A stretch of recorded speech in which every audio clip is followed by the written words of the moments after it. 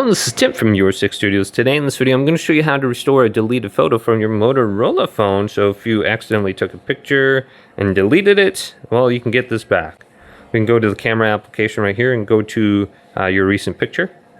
And this will open up the gallery app by going up to the top. There should be a little picture icon right here.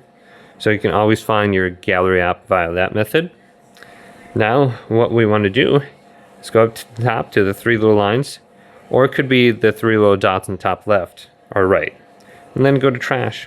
So if you deleted something, it will be under here. And it says backed up items will be permanently deleted after 60 days in the trash.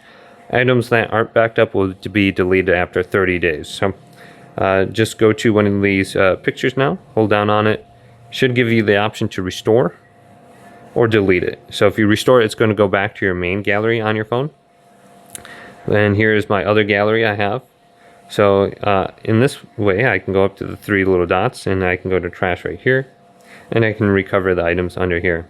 But hopefully this video did indeed help you out. If it did, leave it a big thumbs up.